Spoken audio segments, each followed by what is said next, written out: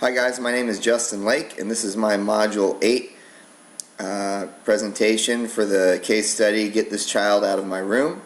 It involves a behavioral disorder student who has become dangerous not only to himself but has also started worrying the classroom teacher. His classroom teacher is a veteran teacher who is getting disgruntled, and she is lacking patience as far as working with the team, with the SPED teacher towards making a new plan. And his SPED teacher is a first-year special education teacher, fresh out of college, never worked with him before. What do I need to know? Or what do I know? Excuse me. He is a disruptive and somewhat dangerous student, mainly to himself, and right now the classroom teacher just feels like a lot of his aggression is towards him, or towards her, excuse me. He has a behavior disorder. He's large for his age, and it could be difficult if he ever needs to be restrained. Unfortunately for the student, his home life is in shambles. His parents recently have been divorced within the last 3 months. His veteran classroom teacher is, like I said, lacking patience in the process of figuring out a good plan for him. And the first-year SPED teacher is trying her best to set up a new plan while following the law of IEPs. And currently the veteran teacher isn't exactly willing to cooperate as a team. What do I need to know? Why is the classroom teacher so quick to rid her classroom of the student? Why is she not more willing to work together to make a new plan and discuss what might work, what won't work, what isn't working, what has worked in the past? Questions like that. What is triggering the student's behavior? I know it said in the article that the student himself wasn't able to explain to the SPED teacher what makes him triggered, but that's something I would like to know. Is there a way to make him feel special or important at school?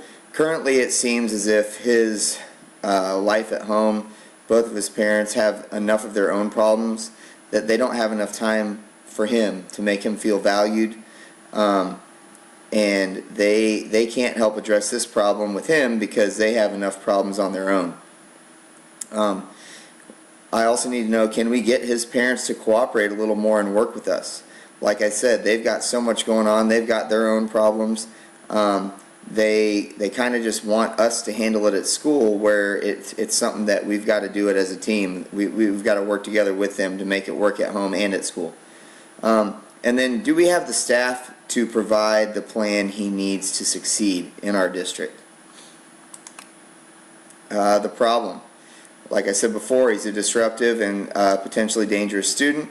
That could create an unsafe classroom environment, not only for himself, for the teacher, and his other classmates.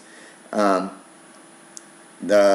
problem is the classroom teacher has already, in my opinion, given up on him before she's even been discussing a new approach.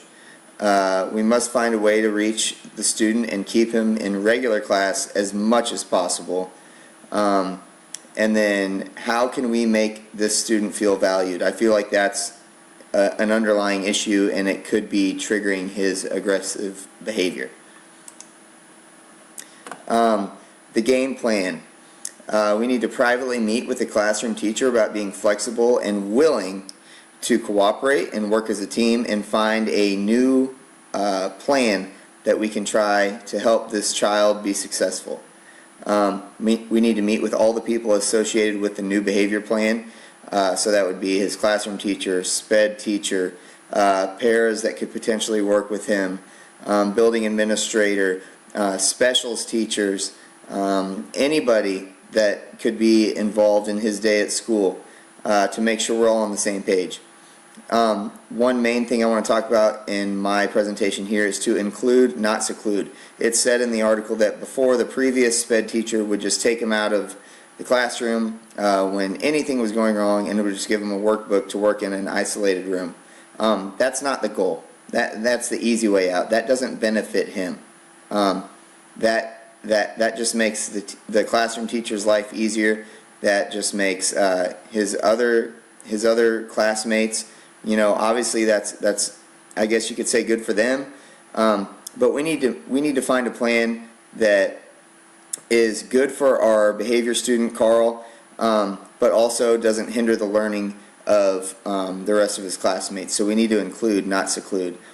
And I personally think something that would help him a lot would be to try to find a male mentor or buddy for him to talk to or hang out with whenever he felt like he needed it. Sometimes all they need to do, he could just tell his classroom teacher, hey, I need to go talk to Mr. Johnson, let's say. And maybe they can just go to the gym or go out to the playground and shoot hoops for 10 minutes and just talk and be boys. And maybe that's something that he could have that could help him calm down. Just to give him somebody that he could talk to that makes him feel important and cared for. Let's see. Resolving the issues based on promoting the success of all students. Okay, the number one most important thing I feel like in the school setting is student safety. Students have to be safe. And in this current case that we have right here, we are not only concerned for our behavioral student Carl, his safety, because sometimes he takes his aggression out on himself, but now the teacher is worried that his aggression is turned towards her, which also makes me concerned that could it progress more towards he could be hurting other students in the class, because it said that he has yelled at them and told them to stop looking at him. Classroom environment. We need the classroom environment to be as conducive to learning as possible. Now, that doesn't mean we just remove Carl right away without having a plan. We need to keep working and changing and adapting and making new plans as often as needed to where we can keep him in the classroom so he can get as much instruction as possible, but also to where he is not hindering the education of all the other kids in his class. Like I said before, the goal is to include, not seclude, and we must continuously change and adapt. If one plan doesn't work, we got to make another one. This is what I was thinking while reading the case study. I was worried for the behavioral student. I've had experience with a kid with a very similar situation like this, and I was his mentor and buddy. And I would spend about 10 minutes a day with him that was built into the day that we just got to hang out, and that's what we did. We shot hoops, or we played catch with a football, and we just talked about anything. And I just kind of helped him learn how to be a man, how to act the right way, how to treat people, how to act when in certain situations where you get frustrated and stuff like that. But he was also allowed to ask his teacher, can I go see Coach Lake? I'm getting frustrated right now, and he can help me calm down. I am worried for him because I feel like he's one of my students that I had about 7 or 8 years ago. I'm also worried for the safety of all students and staff. That's including Carl. Like I said, the number one most important thing at a school is for it to be safe for all kids and all employees there. I was concerned with the perceived lack of patience with the classroom teacher. I felt like she was unwilling to try any new plans. She just wanted to kick him out of the classroom. Classroom teachers need to be worried about all kids in their class. She can't just, worry about 22 of them and ignore the 23rd and not worry about him because he has a behavioral disorder that can be somewhat challenging. I was, however, thrilled with the actions of the first-year SPED teacher. I thought she took good initiative. She tried to communicate with the classroom teacher and make a plan. She reached out to the special ed coordinator in the district. She did a lot of great things. And I think the way she's handled this situation is pretty fantastic for a first-year teacher because it's a difficult one. And I was hopeful to find a male mentor in the building for him to be able to look up to and hang out with. And maybe if there's not one in the building, maybe we could switch paras. Maybe there's a male para in the neighboring elementary school or neighboring middle school that we could switch with one of our paras to get somebody in to help this student.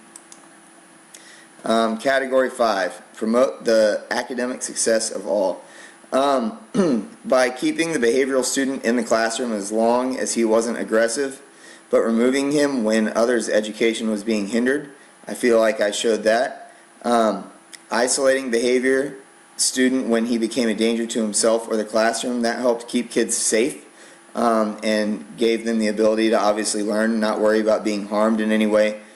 And by keeping him in the regular classroom as long as possible, he could receive maximum instruction, and removing him when he became a danger or severe distraction helped maximize the other students' time with instruction.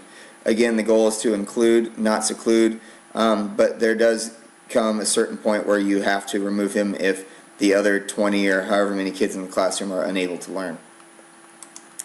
By including and not secluding, I promoted the instructional capacity of the behavioral student, and by removing him when he disturbed others' ability to learn, I promoted their instructional capacity at the same time. By having the behavior student removed when he was endangering himself or the classroom, I kept everyone as safe as possible. That's another reason why I really wanted to get him a male mentor. If we did not have one in the building, it would be good to have one, especially if he's so aggressive and he's large for his age. Preferably have one that's CPI trained, that knows the proper restraints that wouldn't hurt him or hurt anybody else in the classroom, but can keep him safe if he escalated to a point where he was endangering himself or somebody else. Like I said, the main goal of my entire presentation is to include and not seclude. You can't just throw problem children into an isolated room and give them a book to read or to work on. That's not an effective way to fix a problem. That's just ignoring the problem as opposed to finding ways to change it and make him a better person, a better student, and give him the maximum opportunity to learn and be successful just like everybody else in this classroom.